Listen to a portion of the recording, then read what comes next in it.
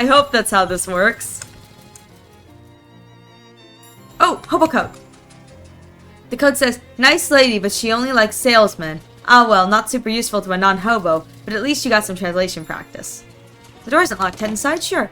As you enter the boarding house, you discover some kind of hullabaloo, or perhaps a kerfuffle. A stern-looking middle-aged lady is surrounded by 6 agitated men, all talking over each other. Listen in. Gentlemen, I insist you sit down at once. We won't get to the bottom of this with you all acting like panicked schoolchildren. Miss Brewster, you've got to call the cops! Aha! What this town calls police, I wouldn't trust to solve a jigsaw puzzle, let alone a serious crime. And I won't have these hooligans turning my house upside down. But there's murder! Someone has to do something! What you can all do is go to your rooms and let me think. Goodness gracious.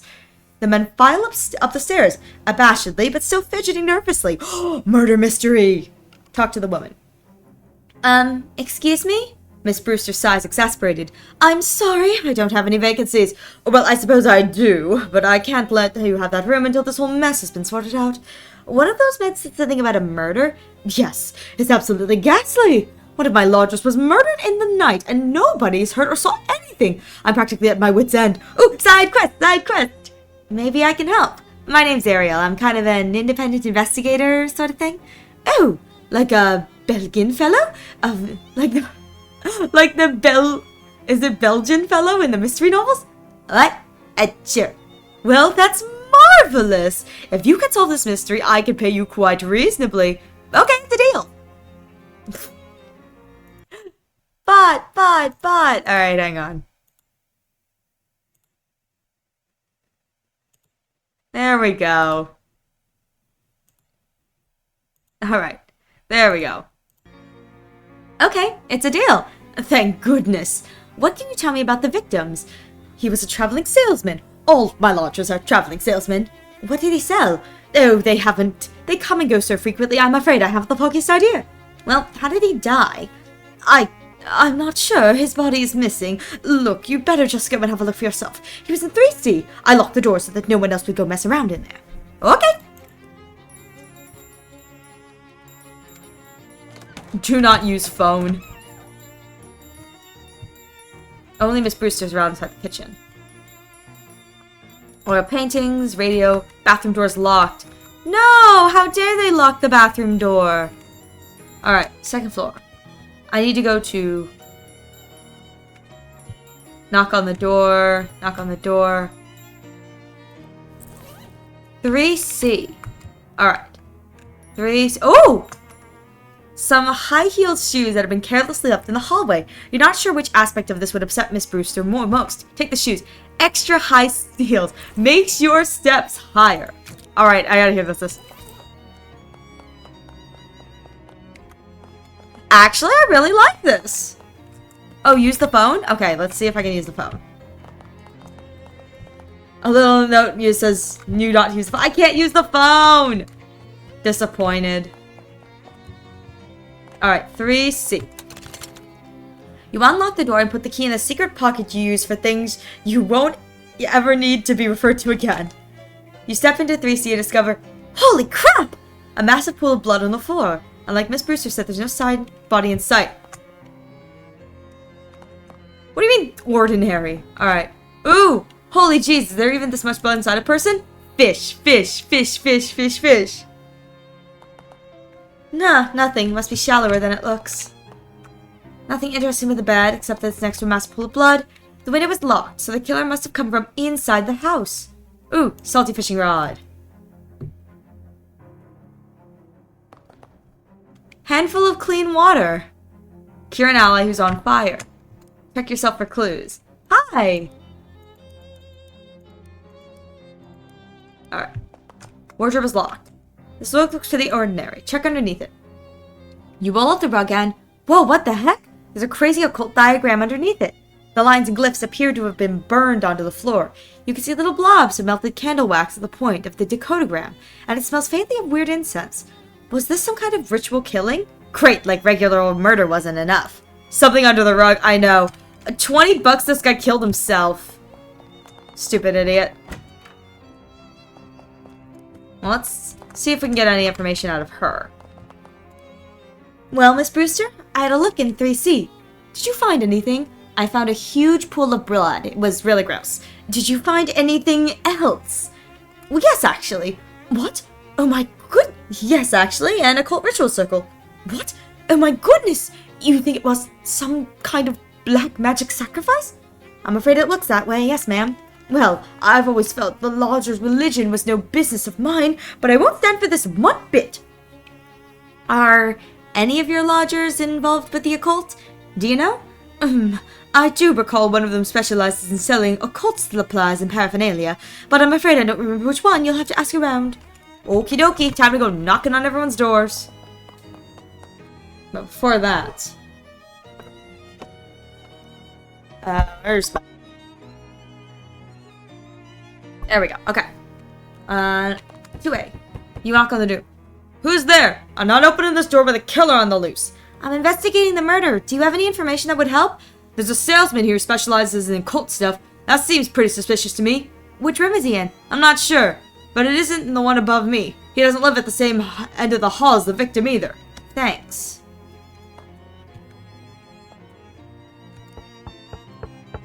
A knock on the door. The salesman sticks his head out. Yeah? Oh, hey, I know you. Oh yeah, you're the guy selling pants from before, right? Yeah, it's me. What's up? Want to buy some pants? Not now. I'm investigating the murder. Yeah, real grisly business. Do you know the other salesmen that live here? Not really. Just the guy who sells those little Deringer pistols. He was complaining about the guy who lives right above him.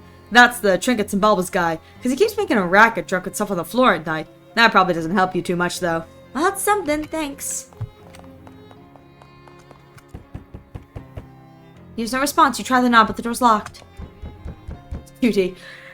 You knock on the door, and a nervous-looking salesman peeks out. I'm warning you. I'm armed. Oh, I know you. Yeah, I think we've met before. You sell Deringers, right? Yeah, that's right. You should buy one. There's a murder on the loose. Actually, I'm investigating the murder. Oh, thank God somebody is. Do you know about the other salesman here? All I know is there's a guy who sells occult stuff. I give him a wide berth, though. All I know about him is that he doesn't live in the room below the sunglass salesman. I see. Neither of them are the victim, by the way. Okay, thank you. Huh.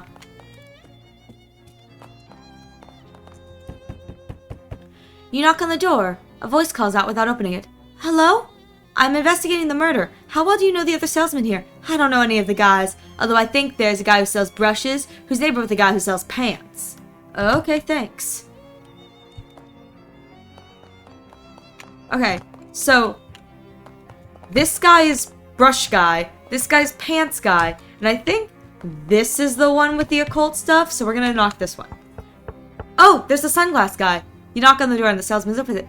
Yeah, something I can... Oh, hey, we meet again. Oh yeah, you're the sunglasses guy. That's me, baby. What can I do for you? Well, I'm investigating the murder. Oh, no kidding. Yeah, I was hoping you could give me some information about the people who live here. Well, I don't know any of these guys. I think there's a fellow that sells jokes and gags somewhere on this floor, I think. There's a guy who sells pants, but that's all I can tell you about him. And he isn't the guy below me, sorry. No problem, thanks anyway. So this guy thinks the occult guy. Hello? Who are you? I'm investigating the murder. What can you tell me about the people who live here? Well, I pretty much keep to myself. All I know about the other salesman is the one who sells jokes and gags isn't the one who lives next to the one who sells brushes. What? Nothing, thanks.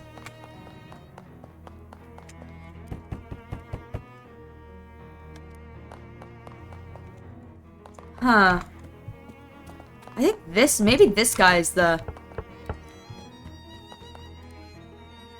Excuse me, Miss Brewster, who lives in 2C? They didn't answer and the door's locked. That's because 2C is my room. Oh, well, can I have a look inside? Certainly not, that's private. And I can't possibly imagine I would kill one of my own lodgers. That would be terrible for business. Guess you have a point there. Huh. Alright.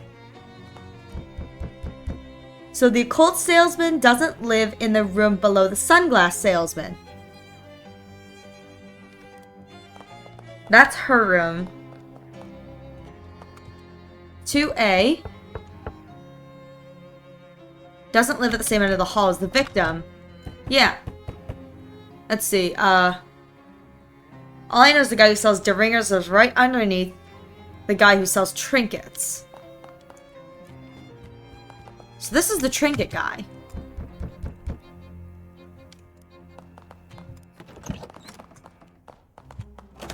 So I think... wait. The only two guys I've met here are the jokes and gags seller who lives on this floor and the pants hawker who doesn't live in the room right below me.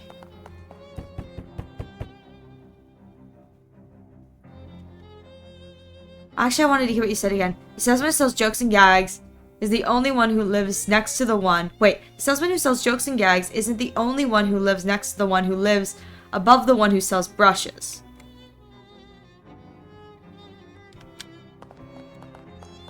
Wait a minute. But this one is the guy who sells brushes, right?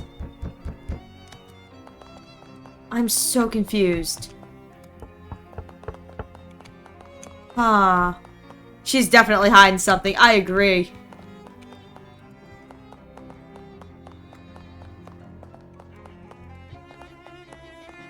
Huh. Let's see what she has to say. Have you solved the case yet? Well, I figured out who the occultist is.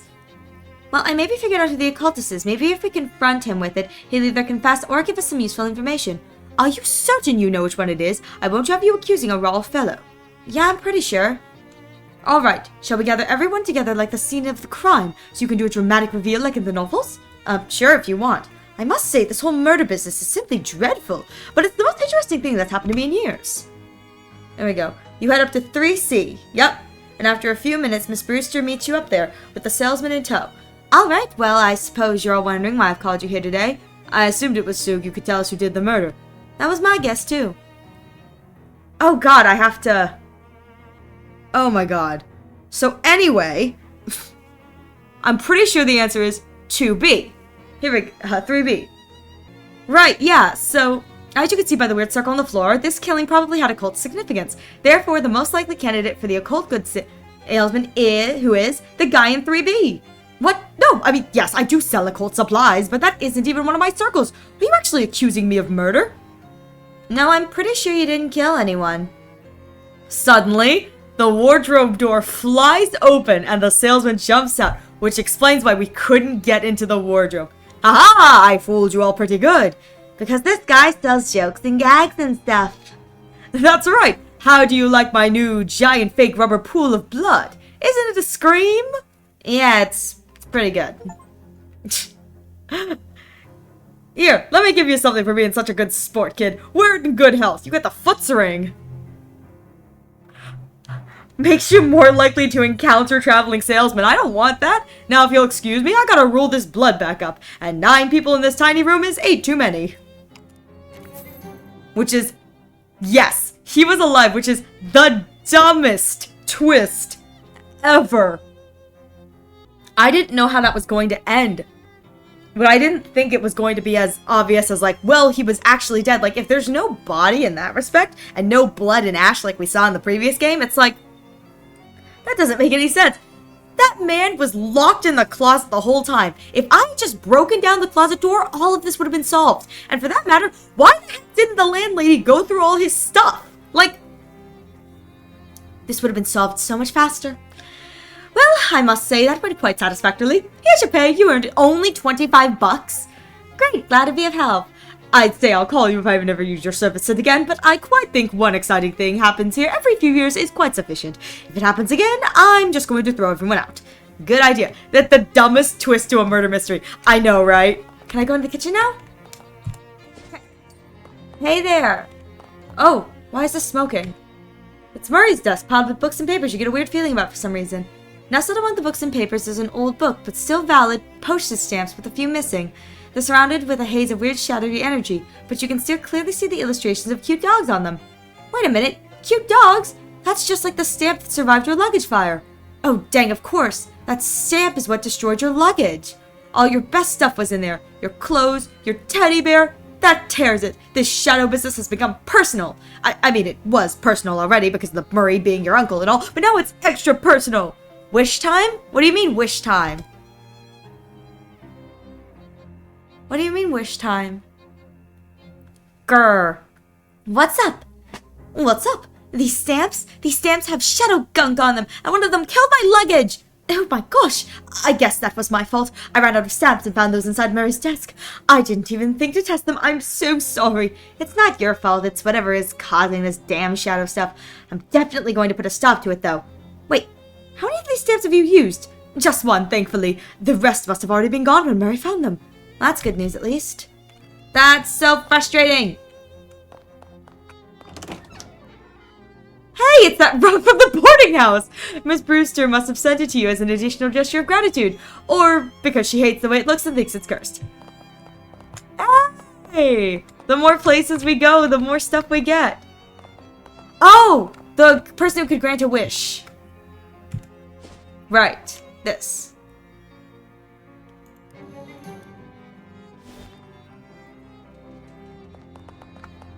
Away we go.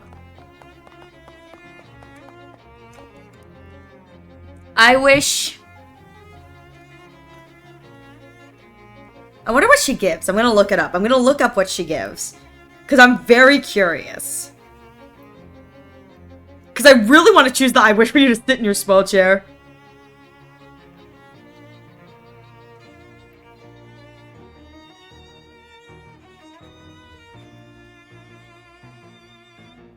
Alright, here we go.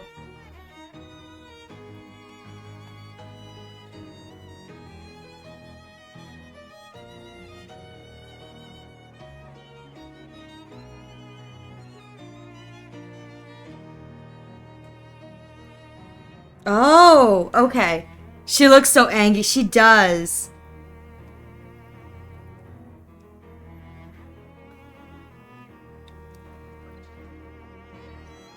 Okay.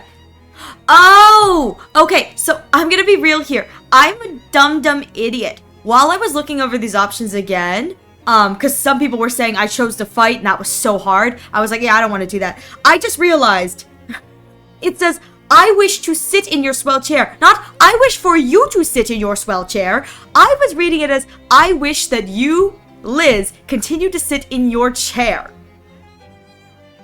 That's not what I want. I want to sit in the chair. I wish to sit in your chill's chair. Nope. Oh, come on, just for a second. Only the boss of the Tin Lizzies can sit on the Crescent Throne. Sorry, kid. That stinks. Come on, let me sit in your chair. I've never seen a chair like that before. The workmanship is amazing. I just want to see how it feels. I promise I won't cause any problems. Well, alright, fine. But just for a second. Yes, chair. Chair. Big Liz stands up and you take her seat on the Crescent Throne. It's cold and not very comfortable, but it does make you feel very powerful. Wow, this is great. Glad you like it. Now get up. Nah. Seeing as how I'm the boss of the gang now, I think I'll enjoy it a little longer. What did you just say? I said I'm the boss of the Tin Lizzies now. And I said it while sitting on the Crescent Throne. Twice. Nice try, dipstick. But the power of the throne doesn't apply unless you already are the boss. I was the boss as soon as I sat down here. You said, while sitting here, that only the boss of the Tin Lizzies can sit on the Crescent Throne. And here I am, sitting on it. Ipso facto. I'm the boss. Exactly, I'm the big boss. Why, you little. And the first change I'm making is from now on, changes in gang leadership can only occur via written agreement from the current boss, which is me. You promised me you wouldn't cause any problems. I don't see any problems from where I'm sitting. Take it easy, Big Lizzie. I'm just messing with ya. Huh? I don't have time to run a gang. I'm busy. And I'm busy with something kind of weird. And I think I might need all your resources. So you can run the gang same as always. All I need is for you gals to help me out if I need backup. I swear on the Crescent Throne that as soon as I'm done with this whole crazy mess I've fallen into, I'll make you full official boss of the Tin Lizzies again. Alright, I guess I deserve it for falling for that trick. You win, boss. Great! Here's the key. Oh, great! Here, you can sit back down if you want. The thing is uncomfortable. I'll stand, thanks. So what do you need from me? Well, I could use some supplies. Supply shed's over there. Here's the key. Ooh, chop shop shed key. And if you're getting into trouble anytime, just give us a whistle and one of the girls will come me out. Oh, only works in Ocean City. Summon a Tin Lizzie to help you in combat.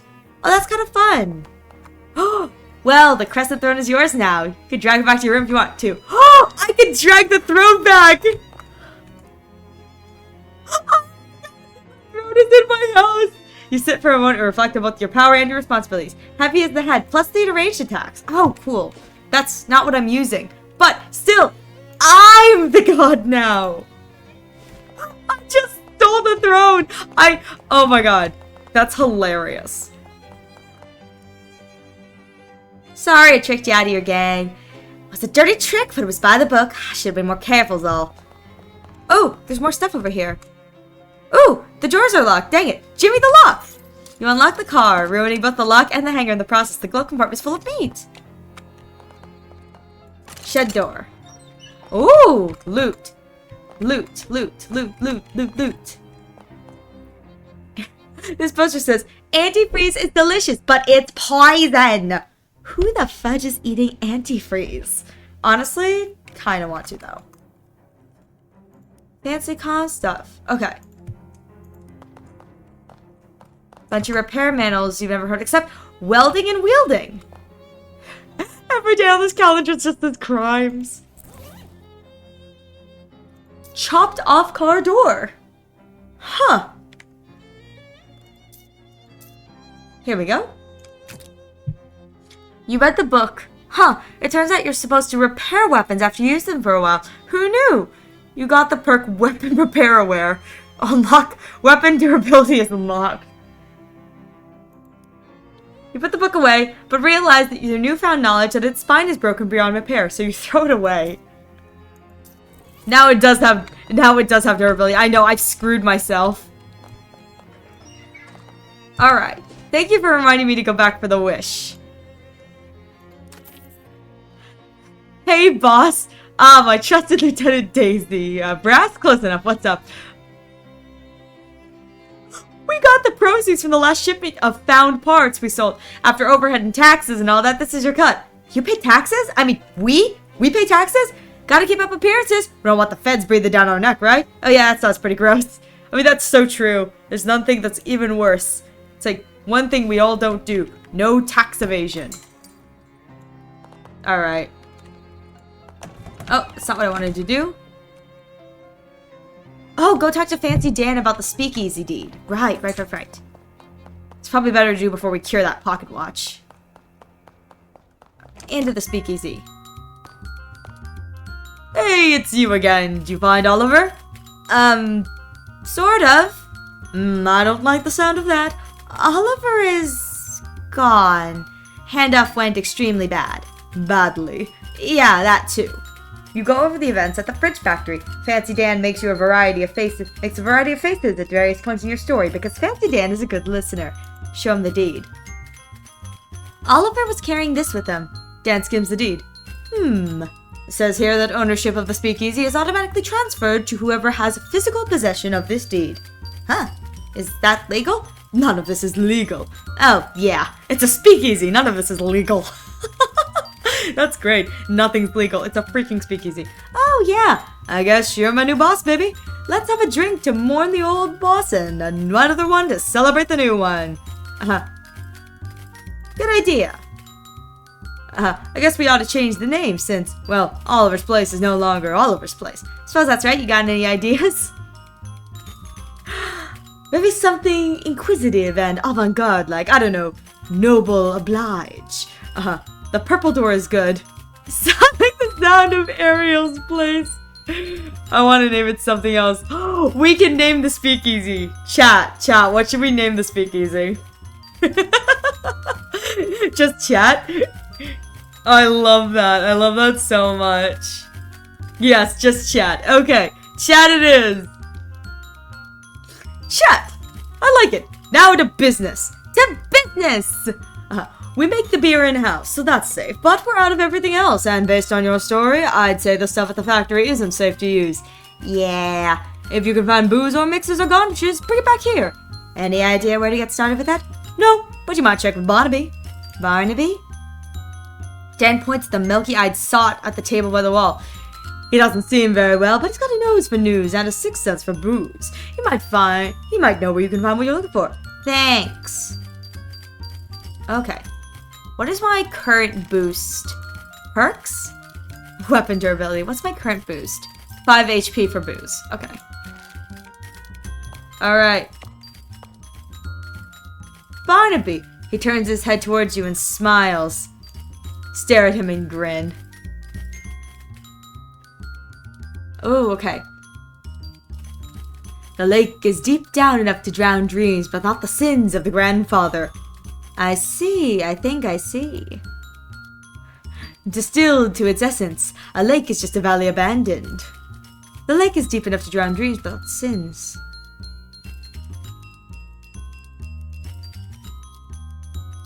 Try as they might, they'll never dam up the flow. Huh, okay. Buy him a drink. Leave him to his milkiness.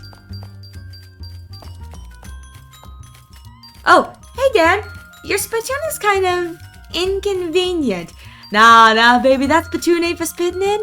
It's gone out of style now that mass-produced cigarettes are readily available anyway. Now that's a bona fide historical artifact. Wait, really? That's right. Belonged to a famous adventurer from Frisco just before the turn of the century. Really? Who? Well, nobody's sure exactly. A lot of people belong to Muffler Flumperdink. Muffler Flumperdink. That's gotta be a specific reference to the rest of Loathing. And I bet you that's probably either the default name of the character or a reference to like some creator who played West of Loathing. Anyway, that's a strong theory because it's there. Well, there's one thing we know about the cat. Oh, it's the cat! Is that he loves spittoons. But other people said I fell by the last name of Fairland. And a whole lot of other people claim it belonged to a whole lot of other people. But there's one thing we know about it for sure. About the spittoon. Whoever it was, they didn't use it for spitting into. They wore it as a hat. It's definitely West of Loathing. That's great. What? Ew, gross. Alright. They sure got in some weird stuff back then. Yeah, no kidding. Oh, but I want to use it as a hat.